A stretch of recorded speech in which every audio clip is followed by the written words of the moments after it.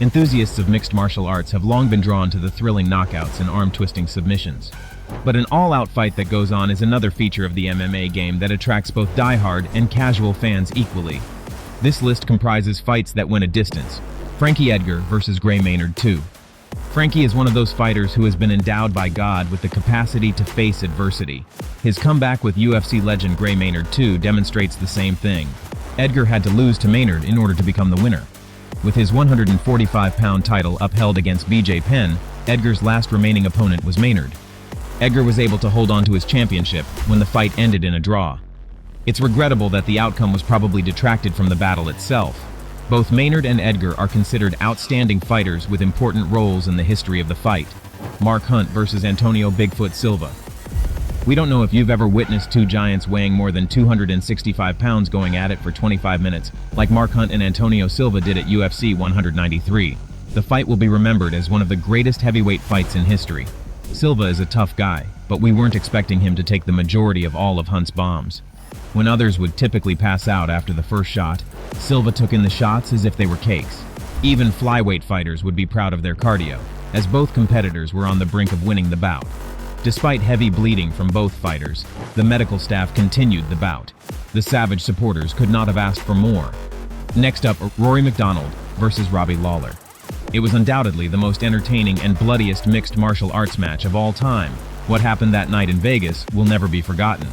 This is further supported by the fact that the welterweight title match was named the 2015 Fight of the Year. Although Lawler has fought in numerous battles and is a skilled fighter, the Canadian sensation adopts a more thoughtful strategy. Nevertheless, we'll never know what made MacDonald agree to a blow-for-blow showdown with the champion. Fans all over the world are completely engaged in this brutal fight, even though he may still be questioning this choice. Pat Barry versus Cheick Kongo. You might not be familiar with this bout if you're not a devoted fan of the fight, and it's alright.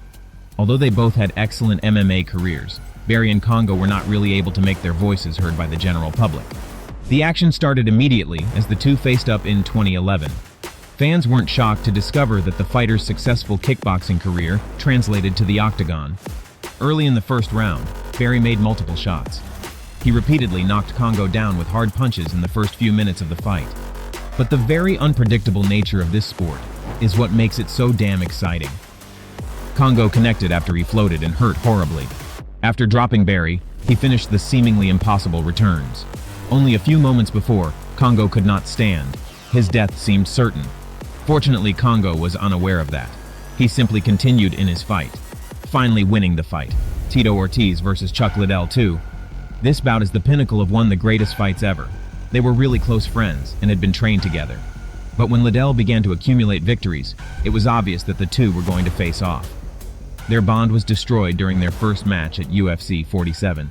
Liddell prevailed in the second round by TKO. The second fight was motivated by bad blood.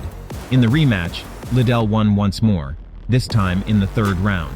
Among the more interesting dynamics of this battle, before the fight, Liddell had a severe injury to his knee. The company's enormous financial success was the main lesson to be learned from the event. It may have been the first time we'd seen a hint of what the sport and corporation will develop into in the future. Joanna Jędrzejczyk versus Zhang Weili.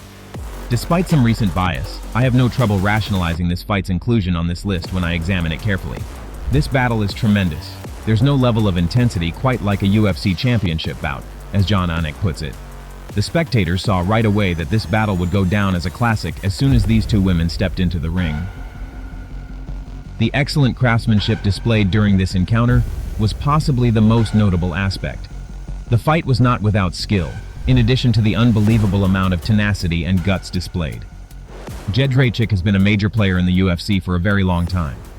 Most people remember Jędrzejczyk's forehead welt. Although it was explicit, she should be proud of it.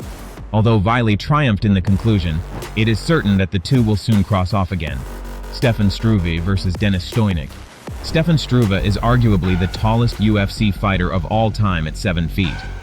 Despite having a significant height and reach advantage throughout his career, he consistently struggled to defend against attacks. And in his UFC 99 bout with Stoinik, this nearly proved deadly. After taking Struve down early in the round, Stoinik dominated the bottom half of the fight. Struve's bald skull sustained a large cut, that was caused by a powerful blow to the head in the final minute of the fight. In the first round, the Dutchman would hold on, but in the second, Stoynik would get back to his starting position. Things became critical for the skyscraper as blood began to rave from his head. The moments where Struve restricts someone till blood pours from his skull will always be remembered as the deadliest MMA battles. These are some of the most dangerous and best MMA fights that went the distance.